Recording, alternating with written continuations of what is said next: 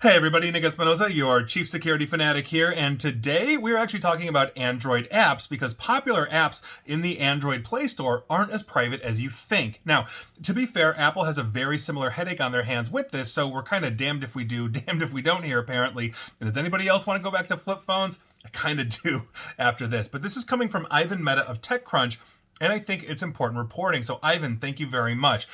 Google added privacy nutrition labels. Here's what's going on for apps on the Play Store this past April, bringing more transparency to the Android marketplace in response to Apple pretty much doing the same thing with similar stringent rules in the App Store, for them. So, these labels, though, allow developers to disclose and explain the variety of data that their apps collect from you, giving you a better understanding of what you're signing up for. But a new study by Mozilla, maker of Firefox, claims that disclosure labels from top apps on the Play Store don't really match up to all the data that they collect on the users. Popular apps, including TikTok and Twitter, two big data miners, share user data with advertisers, internet service providers, and platforms, despite claiming not to do so in their data labels. Mozilla's latest report in the, quote, ongoing privacy not included, end quote, series basically stated this past Thursday. Now, developers, actually today is Thursday, right? Is today Thursday? Maybe it was today.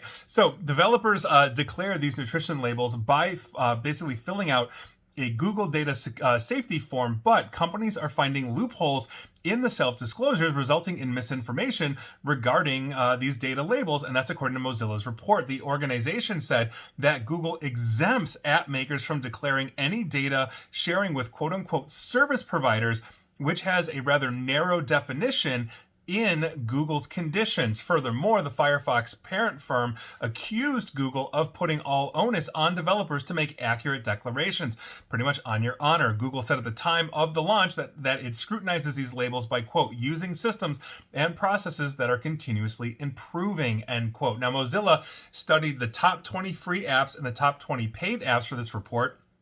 It assigned ratings ranging from poor to needs improvement to okay. 16 of those 40 apps, including Twitter, Minecraft, and Facebook, received a poor grade in the report. No big surprise on Twitter and Facebook. Minecraft obviously apparently data mining the bejesus out of you as well.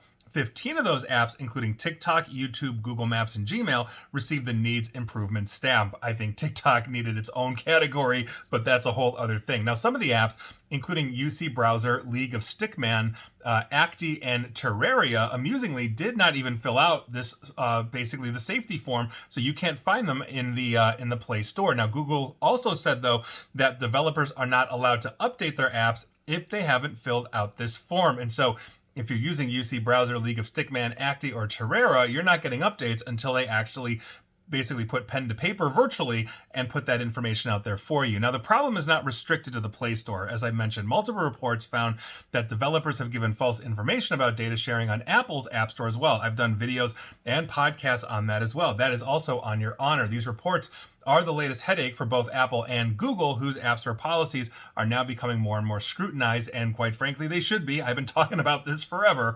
Now, earlier this month, interestingly enough, the Biden administration accused Google and Apple of App Store monopoly and said that they are, quote, not a level playing field, which is harmful to developers and consumers, end quote. I actually happen to agree with that statement. Now, the report prepared by the Commerce Department's National Telecommunications and Information Administration said that these app stores create, quote, unnecessary barriers and costs for app developers, end quote, therefore stifling growth.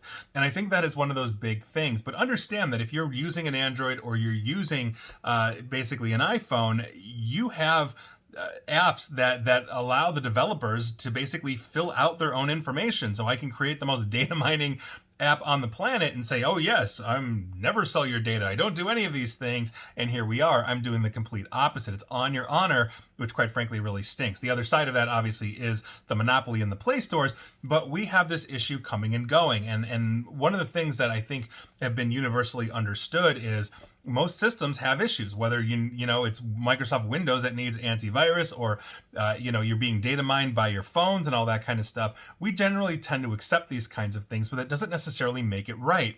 And so by virtue of that, we need more stringent standards, basically third-party validated on both Google and Apple's App Store if we're going to make sure that we're keeping developers honest.